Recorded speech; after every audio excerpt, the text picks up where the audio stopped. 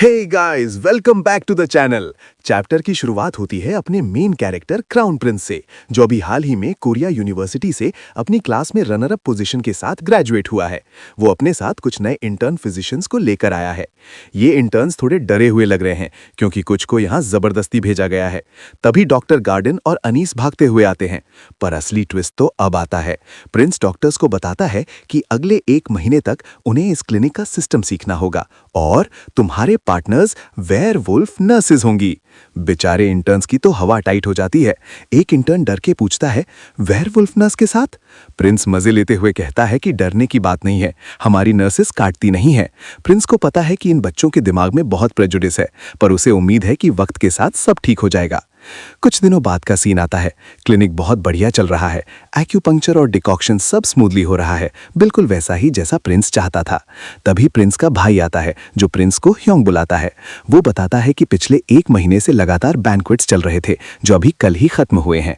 इसकी वजह से वहां की लेडीज का एवरेज वेट काफी बढ़ गया है। ये सुनकर प्रिंस टेंशन लेने के बजाय खुश हो जाता है और कहता है, ये तो बहुत अच्छी खबर है, अब हमारा weight loss product the slim और भी ज्यादा बिकेगा। मतलब अपना भाई बिजनेस अपॉर्चुनिटी कभी नहीं छोड़ता। पर अब स्टोरी एक सीरियस टर्न लेती है। हम देखते हैं क्लिनिक के बाहर एक इंटर्न जिसका नाम सर वैलेंटिनो है, एक गरीब आदमी मिस्टर फेबियो पे चिल्ला रहा है।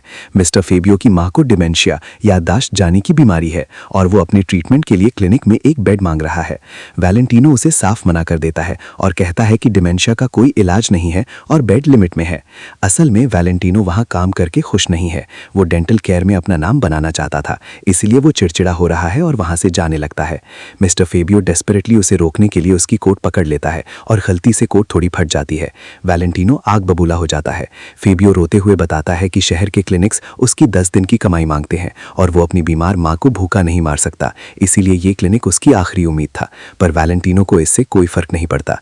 वो चिल्लाता है कि ये कोट मेरी फियांसे ने ग्रेजुएशन प्रेजेंट में दी थी और तुम्हारे पास इसके पैसे चुकाने की औकात भी नहीं है। और तभी प्रिंस पीछे से आकर वैलेंटिनो की औकात याद दिलाता है और कहता है, मैं इसके कोट की डबल कीमत चुकाऊंगा।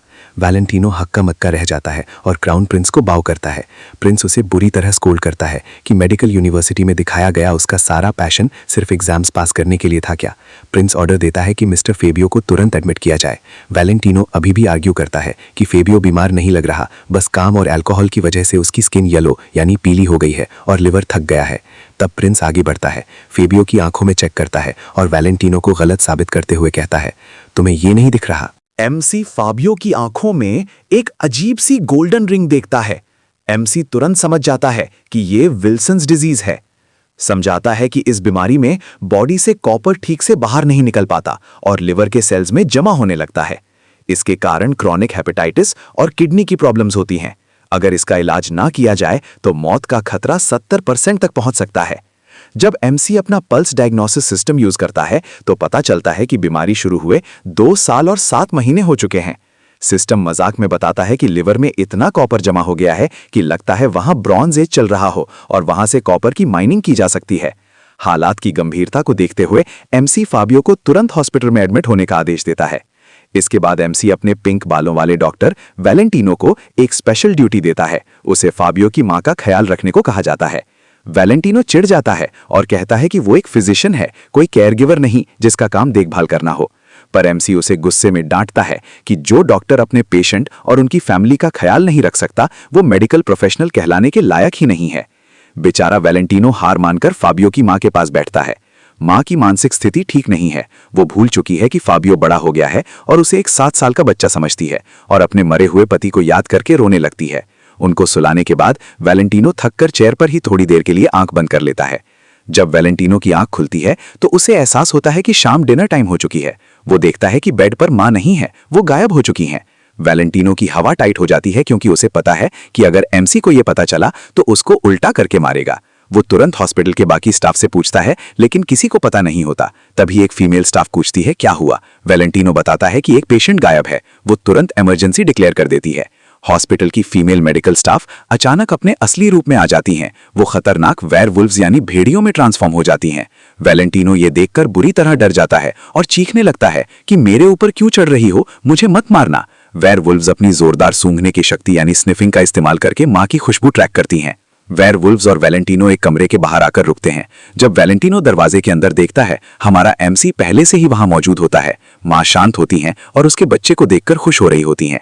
एमसी वैलेंटिनो को वहां देखकर अपने होठों पर उंगली रखकर श यानी चुप रहने का इशारा करता है। पास्ट में एमसी क्राउन प्रिंस हॉस्पिटल में चल रहा होता है। तभी उसकी मुलाकात एक बूढ़ी औरत से होती है जो अपने 7 साल के बेटे फैबियो को ढूंढ रही है। वो औरत बताती है कि उसके पति की मौत हो चुकी है। हमारा एमसी बहुत प्यार से उसे समझाता है कि उसके बच्चे को बस थोड़ा सा जुकाम है और वो उसका पूरा ख्याल रखेगा। प्रेजेंट में बूढ़ी औरत को पिंकी प्रॉमिस कर रहा होता है कि वो उसके बच्चे का ख्याल रखेगा, लेकिन तभी अपनी याददाश्त की वजह से वो प्रिंस को ही अपना पति समझ लेती है। प्रिंस और वैलेंटिनो शॉक हो जाते हैं, लेकिन प्रिंस भी उसका दिल रखने के लिए एक्टिंग करता है और कहता है कि हाँ, मैं अभी वापस लौटा हूं। क्राउन प्रिंस को मरीजों के साथ इतने प्यार से पेश आता देख वो पिंक बालों वाला लड़का खुद को कोसता है कि वो कितना बुरा था। तभी उसका ध्यान उसके सिले हुए कोट पे जाता है और वो उसे बूढ़ी माँ के हाथों को देखकर इमोशनल होकर रोने लगता है।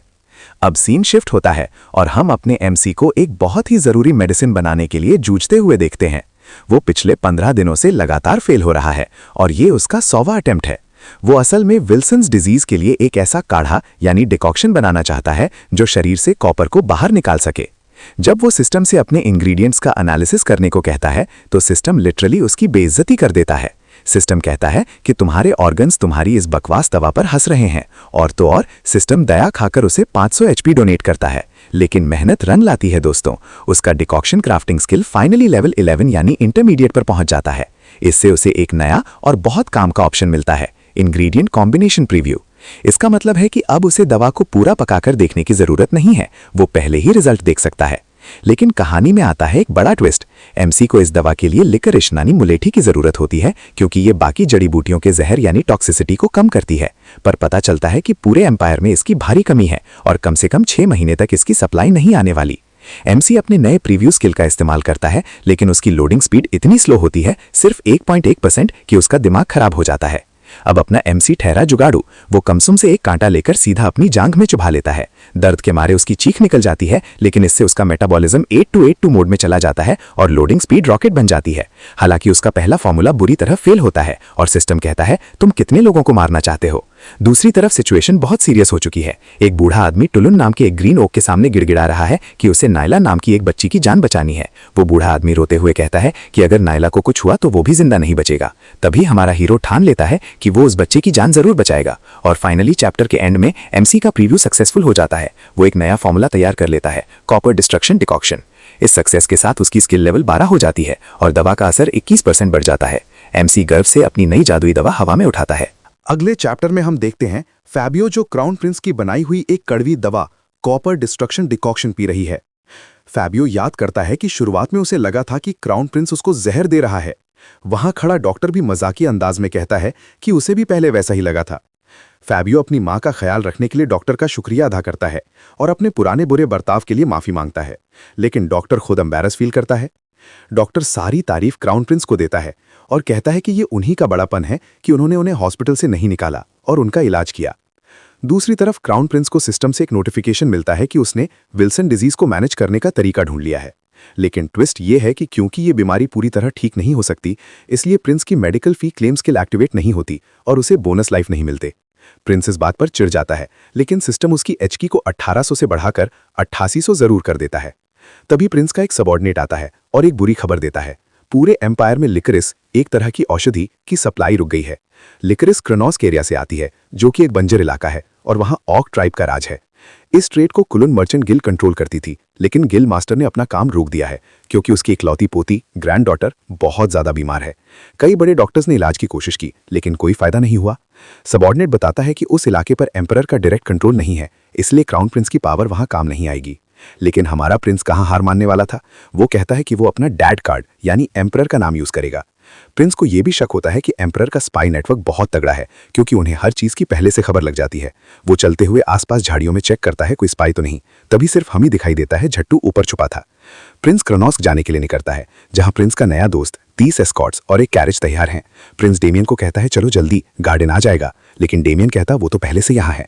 तभी सर गार्डन वहाँ रोते हुए कहता है कि प्रिंस उसे अपने पीछे छोड़कर जा रहे हैं, लेकिन प्रिंस एक मास्टर स्ट्रोक खेलता है। वो गार्डन को डिटैच पैलेस क्लिनिक का डेप्यूटी डायरेक्टर बना देता है ताकि वो प्रिंस की गैर मौजूदगी में सब संभाल सके। गार्डन ये सुनकर जज्बाती हो जाता है और सोचता है कि प्रिंस उस पर सबसे ज्यादा भरोसा करते हैं। प्रिंस के जाने के बाद कोई गार्डन को बुलाता है, चलो गार्डन, लेकिन भाई गार्डन तो अलग ही वर्ल्ड में है। वो कहता है गार्डन नहीं, डेप्यूटी डायरेक्टर गार्डन। दूसरी तरफ प्रिंस और उसकी टीम एक घटी से होते हुए सुबह क्रनॉस हेडक्वार्टर्स पहुंचते हैं, लेकिन जैसे ही वो वहां पहुंचते हैं उन्हें एक बहुत बड़ा झटका लगता है। वहां गिल्ड हेडक्वार्टर्स में एक फ्यूनरल यानी अंतिम संस्कार चल रहा होता है। क्राउन प्रिंस को वहां के एक व्यक्ति से पता चलता है कि मर्चेंट लीडर टुलुन का निधन हो गया है। असल में टुलुन अपनी पोती की सुरक्षा को लेकर इतने चिंतित थे कि उन्होंने खाना पीना ही छोड़ दिया था, जिसके कारण 2 दिन पहले वे गिर पड़े और उनकी मौत हो गई। तभी वहां एक विशालकाय ऑर्क आता है जिसका नाम ब्रैश है। वो आइस रोक ट्राइब का चीफ्टन है। वो प्रिंस को ह्यूमन क्राउन प्रिंस कहकर रिस्पेक्ट देता है। ब्रैश बताता है कि टुलुन उसका बहुत पुराना दोस्त था और उनकी ट्राइब में उसे एक महान योद्धा का सम्मान प्राप्त था। क्राउन प्रिंस कहते हैं कि वो भी पहले मर्चेंट लीडर को सम्मान देना चाहेंगे।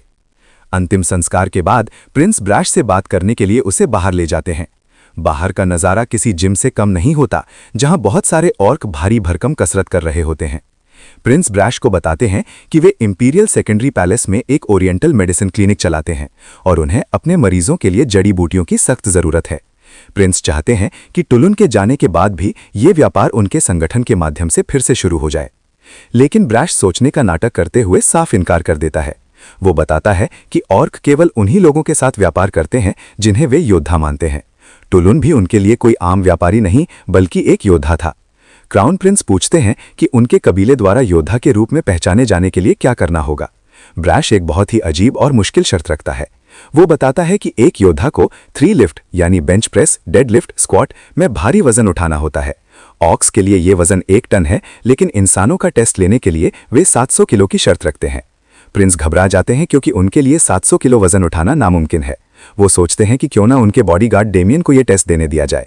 ब्रैश डेमियन की मजबूत मसल्स देखकर प्रभावित तो होता है, लेकिन फिर उसे याद आता है कि जड़ी बूटियों की जरूरत तो खुद प्रिंस को है, इसलिए एक लीडर को अपनी काबिलियत खुद साबित करनी होती है और इसमें कोई चालाकी नहीं चलेगी। प्रिंस निराश हो जाते हैं कि अब उनके क्लिनिक का क्या होगा। तभी ब्रैश बताता है कि इस नियम के 2 अपवाद हैं। पहला अपवाद सम्राट है और दूसरा वो व्यक्ति है जो किसी मान्यता प्राप्त योद्धा के खून से हो, वो भी 3 पीढ़ियों के भीतर। प्रिंस तुरंत समझ जाते हैं कि टुलुन की पोती इस दूसरी शर्त को पूरा करती है। प्रिंस मुस्कुराते हुए ब्रैश से कहते हैं कि उसने ये अपवाद का नियम इसीलिए बताया ताकि वे उस बच्ची को बचा सकें। ब्रैश भी इस बात से सहमत हो जाता है और प्रिंस को रास्ता दिखाने के लिए तैयार हो जाता है। नायला नाम की एक बच्ची बहुत ही बुरी तरह से खांस रही है और उसकी खांसी से सीटी बजने जैसी आवाज आ रही है। बच्ची बहुत ज्यादा तकलीफ में है। हमारे प्रिंस तुरंत समझ जाते हैं कि ये कोई आम खांसी नहीं है, क्योंकि बच्ची के शरीर पर पिटीशियाए लाल धब्बे उभर आए हैं, जिसका मतलब है कि उसका खून सही नहीं है। प्रिंस अपना सिस्टम इस्तेमाल करके बच्ची का पल्स चेक करते हैं। सिस्टम बच्ची को स्कैन करता है और रिपोर्ट देता है कि उसे बॉर्डेटेला पर्टासिस यानी हुपिंग कॉफ यानी काली खांसी है। प्रिंस बताते हैं कि ये बीमारी आम फ्लू से 10 गुना ज्यादा खतरनाक और संक्रामक होती है। अगर प्रिंस की खुद की कमजोर बॉडी को ये इन्फेक्शन हो गया तो उनका भी बचना मुश्किल है। बीमारी की गंभीरता को समझते हुए प्रिंस तुरंत आदेश देते हैं कि सभी लोग अपने नाक और मुंह को रुमाल से ढक कर रखें और सिर्फ एकांत में ही खाना खाएं ताकि इन्फेक्शन ना फैले। ओर्क कंफ्यूज होता है और पूछता है क्यों। ओर्क बताता है कि इस इलाके में ये बीमारी बहुत आम है और हर किसी को बचपन में एक बार इसका सामना करना पड़ता है। जो इस बीमारी से बच जाता है उसे ही असली वयस्क यानी अडल्ट माना जाता है। प्रिंस को पता है कि उनके पास जो आम हर्बल दवाइयां हैं जैसे मैकमुंडोंग डिकॉक्शन, वो इस गंभीर बीमारी को ठीक करने के लिए काफ़ी नहीं है। उन्हें कुछ बहुत ही ताकतवर चाहिए। तभी एक ओर्क प्रिंस को एक ऐसी जड़ी बूटी के बारे में बताता है जो शायद नायला की जान बचा सकती है। वो बताता है लॉन्ग रूट लिकोरिस के बारे में, जो सिर्फ इसी इलाके में पाई जाती है। ओर्क एक पुरानी कहानी सुनाता है। उनके पूर्वज चीफ्टन अरोश एक बार मुलेठी खोद रहे थे। उन्होंने देखा कि एक मुलेठी की जड़ जमीन के नीचे 10 मीटर से भी ज्यादा लंबी थी। जब चीफ्टन अरोश ने उस जड़ की चाय बनाकर पी तो उन्हें इतनी ताकत मिल गई कि उन्होंने 10 टन का वजन उठा लिया था। प्रिंस समझ जाते हैं कि अगर ये जड़ी बूटी इतनी ताकतवर बूस्टर है तो ये नायला की इम्यूनिटी बढ़ाकर उसकी जान जरूर बचा सकती है। लेकिन यहाँ एक बहुत बड़ी दिक्कत है।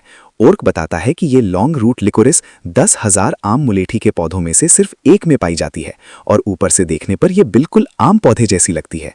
इसे खोजना भूसे के ढेर में सुई ढूंढने जैसा है। अगर प्रिंस इसे ढूंढने में ज्यादा समय लगाएंगे तो नायला की जान चली जाएगी। यहीं पर हमारे प्रिंस अपना चीट कोड इस्तेमाल करते हैं। वो अपने सिस्टम में 8000 HP यानी हेल्थ पॉइंट्स खर्च करके एक नया स्किल अनलॉक करते हैं, हर्ब सर्च। इस स्किल को एक्टिवेट करते ही वो हर्बल फॉरेजर मोड में आ जाते हैं, जिससे उन्हें 10 मीटर के दायरे में छुपी हुई जड़ी बूटियां अपने आप स्कैन हो जाएंगी।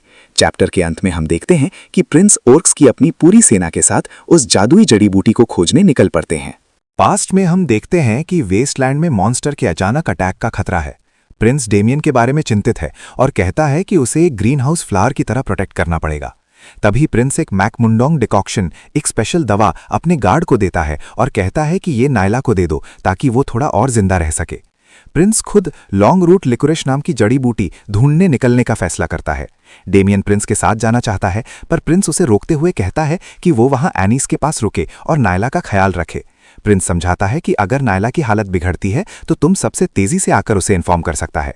प्रिंस गार्ड को यह भी बताता है कि इमरजेंसी होने पर वो होराइजन पर ओरोस को रेड फ्लैग पकड़े हुए देखेंगे। जंगल में पहुंचकर प्रिंस अपनी एक special skill herb search LV1 activate करता है। यह स्किल एक्टिवेट होते ही उसकी आंखों के सामने एक हर्बल फॉरेजर मोड का हड खुल जाता है, जो बिल्कुल एक AR लेंस की तरह काम करता है। इस सिस्टम की खासियत यह है कि बेनिफिशियल फायदेमंद हर्ब्स फ्लोरेसेंट ग्रीन कलर में दिखती हैं। जहरीली पॉइजनस प्लांट्स ब्राइट रेड में और जिन प्लांट्स का कोई इफेक्ट नहीं होता वो ग्रे कलर में दिखते हैं। साथ ही हर्ब का इफेक्ट जितना स्ट्रांग होगा उसका कलर उतना ही ब्राइट दिखेगा। थोड़ी देर ढूंढने पर उन्हें एक चमकता हुआ ग्रीन पौधा मिलता है, पर जब गार्ड्स उसे ध्यान से खोदकर निकालते हैं तो पता चलता है कि वो लॉन्ग रूट लिकोरिश नहीं बल्कि सिर्फ एक नॉर्मल लिकोरिश है। प्रिंस समझ जाता है कि फर्स्ट ट्राई में लेजेंडरी हर्ब मिलना मुश्किल है और इस नॉर्मल लेवल की ग्रीन कलर से भी ज्यादा डीप ग्रीन कलर ढूंढना होगा। पूरा दिन निकल जाता है और शाम ढलने लगती है। प्रिंस और उसकी टीम वापस लौटने का फैसला करते हैं क्योंकि अंधेरे में ढूंढना मुश्किल है। लेकिन तभी लौटते वक्त प्रिंस की नजर एक ग्रे लिकोरिश पर पड़ती है। प्रिंस हैरान रह जाता है क्योंकि ग्रे कलर का मतलब है कि उस पौधे का कोई मेडिसिनल इफेक्ट नहीं है। लेकिन सबसे सस्ती और लो ग्रेड लिकोरिश में भी कुछ ना कुछ असर तो होना ही चाहिए। ये बिल्कुल असरहीन कैसे हो सकती है? और तब प्रिंस का दिमाग चलता है। वो समझ जाता है कि इस पौधे के आसपास का सारा न्यूट्रिशन इसकी जड़ के अंदर चला गया है। बाकी बचे पौधे में कोई न्यूट्रिशन नहीं बचा, इसलिए सिस्टम उसे ग्रे दिखा रहा है। यही है असली लॉन्ग रूट लिकोरिश। लेकिन इस हर्ब को बाहर निकालना कोई आसान काम नहीं है। अगर इस रूट पर एक छोटा सा भी स्क्रैच लग गया तो इसके सारे न्यूट्रिशन बाहर बह जाएंगे और ये बेकार हो जाएगी। पिछले लोगों को इस लॉन्ग रूट लिकोरिश को दोबारा ढूंढने में 100 साल लग गए थे। ये हर्ब जमीन में कम से कम 10 मीटर गहरी होती है और आम टूल से इसे नहीं निकाला जा सकता। तो प्रिंस अपना मास्टर स्ट्रोक खेलता है। वो अपने विशाल मिनोटॉर जैसे साथी नूरोंग को पौधे के बगल में खुदाई करने का ऑर्डर देता है। उनका प्लान एक 10 मीटर गहरा गड्ढा खोदकर पौधे को साइड से सेफली निकालने का है ताकि रूट पर कोई खरोच ना आए। सभी लोग पूरी ताकत और होशियारी से काम कर रहे होते हैं। ऑर्क्स अपने मसल्स को यूज करके गड्ढा खोदते हैं, लेकिन तभी अचानक जमीन हिलने लगती है। एक बड़ा सा ब्लास्ट या अर्थक्वेक होता है। ब्लास्ट प्रिंस के सामने होता है। तभी वहां धूल उड़ती है और एक बहुत ही बड़ा और भयानक सांप जैसा मॉन्स्टर जायंट स्नेक निकलता है। ऑर्क 2 लोगों को बचाता है। पता चलता है कि मिनोटॉर ने बहुत सारे लोगों की जान बचाई है। वहां मौजूद लोग उन्हें शुक्रिया अदा करते हैं। तुमने मेरी जान बचा ली सर नूरोंग, थैंक यू। लेकिन असली खतरा अभी शुरू हुआ था। जायंट स्नेक नाइट्स पर हमला कर देता है, लेकिन मिनोटॉर लोगों को बचाने के लिए सामने आता है और मॉन्स्टर उसके कमर में काट लेता है और उसे ऊपर फेंक देता है। सभी गार्ड्स चिल्लाते हैं, हिज हाइनेस क्राउन प्रिंस की रक्षा करो। प्रिंस बुआकते हुआ जमीन पर गिर जाता है। तभी प्रिंस के ऊपर एक बड़ा सा पत्थर गिरने वाला होता है। सीन कट होता है और हम थोड़ा पीछे जाते हैं। हम देखते हैं कि डेमियन अनीस के साथ आर्ग्यू कर रहा है। डेमियन उससे कहता है, मैं नर्स नहीं गार्ड हूं। वो डेमियन को फोर्स करती है कि अगर उसे यहां रुकने में प्रॉब्लम है तो वो चला जाए, लेकिन डेमियन अपनी ड्यूटी का पक्का है। वो कहता है, नहीं, यह हिज हाइनेस का ऑर्डर है, इसीलिए मैं यही करूंगा। नर्स गुस्से में कहती है कि उसका यहां रुकना किसी काम का नहीं है और अगर प्रिंस को कुछ नहीं हुआ तो वो वापस आ सकता है। वो उसे समझाती है कि अगर बच्ची को कोई इमरजेंसी हुई तो वो खुद संभाल लेगी और प्रिंस को इन्फॉर्म कर देगी। ये सुनकर डेमियन थैंक यू बोलता है और वहां से तेजी से निकल जाता है। अब वापस प्रेजेंट में आते हैं। क्राउन प्रिंस डेंजर में है। तभी एक आवाज आती है, योर हाइनेस, क्या आप ठीक हैं? ये और कोई नहीं बल्कि डेमियन था। प्रिंस उसे देखकर पहले तो गुस्सा होते हैं और पूछते हैं, तुम यहाँ क्या कर रहे हो? कहीं बच्ची को कुछ हुआ तो नहीं? डेमियन नहीं बोलता भाई और बहाना बनाता है कि वो वहां सिर्फ रास्ते में आ रहा था। लेकिन अंदर ही अंदर प्रिंस की जान में जान आती है। वो सोचते हुए डेमियन को गले लगाता है, you lucky little charm of a guy, मुझे तो लगा था मैं आज पक्का मरने वाला हूँ। फिर प्रिंस जोश में आकर डेमियन को ऑर्डर देते हैं, उस बास्टर्ड को खत्म कर दो। लेकिन साथ ही वो एक बहुत इंपॉर्टेंट वार्निंग भी देते हैं, डेमियन एब्सोल्युटली नो माना रिवर्सल। डेमियन अपनी तलवार लेकर मॉन्स्टर पर अटैक करने जाता है, पर सांप जोर से साउंड निकालता है जिससे गांठ फट जाती है। डेमियन समझ जाता है कि इस मॉन्स्टर को मारने का एक ही तरीका है, इसके किसी वाइटल पॉइंट, नाजुक हिस्से पर हमला करना। वहीं दूसरी तरफ प्रिंस सोचता है डेमियन उसे मारने के लिए काफी नहीं है। तभी ऑर्क भागते हुआ आता है, पूछता ह्यूमन क्राउन प्रिंस आप ठीक हैं? प्रिंस कहता मैं ठीक हुआ। मिनोटॉर कैसा है? ऑर्क बताता है कि नोरोंग अभी भी होश में है और अगर डेमियन और नोरोंग मिलकर लड़ें तो बात बन सकती है। लेकिन तभी कहानी में एक बहुत बड़ा ट्विस्ट आता है। प्रिंस नोटिस करते हैं कि वो जायंट स्नेक डेमियन पर बिल्कुल भी ध्यान नहीं दे रहा है। आखिर वो सांप किस चीज पर फोकस कर रहा था? प्रिंस अपना सिर घुमाते हैं और जमीन की तरफ देखते हैं। वहां एक छोटा सा अजीब सा ग्लोइंग पौधा उग रहा था। उस पौधे को देखते ही प्रिंस के चेहरे पर एक शैतानी मुस्कान आ जाती है और वो कहते हैं so that's what it was. Damian एक विशालकाय बैंगनी सांप से भिड़ रहे हैं। शुरुआत में डैमियन को लगता है कि ये कोई आम मॉन्स्टर है, लेकिन जल्द ही उनकी गलतफहमी दूर हो जाती है। डैमियन अपनी पूरी ताकत और स्पीड से सांप के आंख में हमला करता है, लेकिन हैरानी की बात यह है कि उस सांप के शरीर पर एक खरोच तक नहीं आती। मॉन्स्टर उसे पूंछ से जोर से मारता है, लेकिन मिनोटॉर उसे पकड़ लेता है। स्नेक उस पर हमला करने जाता है। तभी सीन हमारे चालाक एमसी पर शिफ्ट होता है, जो कुछ अलग ही प्लान कर रहा है। वो अपने साथियों सर नोरोंग और बाकी को ऑर्डर देता है कि वो जो भी बोले उसे पूरी ताकत से जोर से दोहराएं।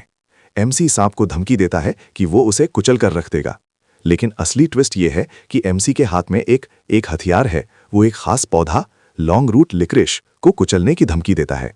ये कोई आम पौधा नहीं है। सांप पिछले 97 सालों से इस पौधे की रखवाली कर रहा था। सांप का प्लान था कि अगर वो इसे 3 साल और बचाकर 100 साल पूरा होने पर खा लेता तो वो एक ड्रैगन के लेवल का मॉन्स्टर बन सकता था। एमसी बड़ी चालाकी से पौधे की पत्तियों को नोचने की एक्टिंग करता है। सांप पूरी तरह घबरा जाता है क्योंकि वो जानता है कि पौधे पर जरा सी भी खरोच उसकी पूरी मेडिकल पावर, मेडिसिनल पोटेंसी को बर्बाद कर देगी। सांप का ध्यान जैसे ही अपने प्यारे पौधे पर जाता है, टीम को हमला करने का मौका मिल जाता है। नोरोंग पीछे से आकर सांप को कसकर जकड़ लेता है। डैमियन इस मौके का फायदा उठाते हैं और अपनी तलवार से सीधा सांप मुंह में वार कर देते हैं, क्योंकि वही उसकी इकलौती कमजोरी है, और मॉन्स्टर खत्म। सीन शिफ्ट होता है। ऑर्क्स मॉन्स्टर को बड़े से बैरल में डाल रहे हैं। बेचारी लड़की की ट्रीटमेंट में देर हो रही है, लेकिन हाथी के मदद से वो ठीक है। सीन वापस एमसी पर आता है, जो पोशन ब्रूइंग स्किल के जरिए दवाई बनाने की कोशिश कर रहा है। दवा जल्दी बनाने के लिए वो अपनी बॉडी का मेटाबॉलिज्म 8282 मोड में डाल देता है, जिससे प्रोसेस बहुत तेज हो जाता है। वो अलग अलग सैंपल्स का प्रीव्यू देखता है। सैंपल A001 में बीमारी तो ठीक हो रही थी, लेकिन इसका साइड इफेक्ट बहुत खतरनाक था। गट बैक्टीरिया का पूरी तरह खत्म होना और मौत, डेथ। एमसी ठान लेता है कि मौत जैसा साइड इफेक्ट तो उसे बिल्कुल मंजूर नहीं है। वो लगातार सैंपल्स A010, A020 टेस्ट करता रहता है, जिनमें डायरिया, शॉक और मौत जैसे साइड इफेक्ट्स आ रहे थे। लगातार 99 सैंपल्स A099 टेस्ट करने के बाद बिना आराम किए काम करने की वजह से एमसी की हालत बहुत खराब हो जाती है। उसे चक्कर आने लगते हैं, उल्टियां महसूस होती हैं और उसके पैरों की ताकत जवाब दे जाती है। और तभी चैप्टर के एंड में एक बहुत बड़ा ट्विस्ट आता है। सिस्टम स्क्रीन पर एक लाल रंग की वार्निंग फ्लैश होती है, pertussis incubation period has ended, जिसका मतलब है खुद एमसी वूपिंग कॉफ यानी काली खांसी से इन्फेक्ट हो चुका है। दोस्तों, अब सवाल यह है कि क्या एमसी खुद की जान बचा पाएगा और क्या वो उस लड़की के लिए सही दवा बना पाएगा? ये सब हम देखेंगे अगले चैप्टर में। अगर आपको ये वीडियो पसंद आई हो तो एनिमे दरबार को सब्सक्राइब करना बिल्कुल ना भूलें। वीडियो को लाइक करें और कमेंट्स में बताएं कि आपको अगले चैप्टर के पार्ट वीकली लाऊं या मंथली। मिलते हैं अगली वीडियो में, तब तक के लिए सायोनारा।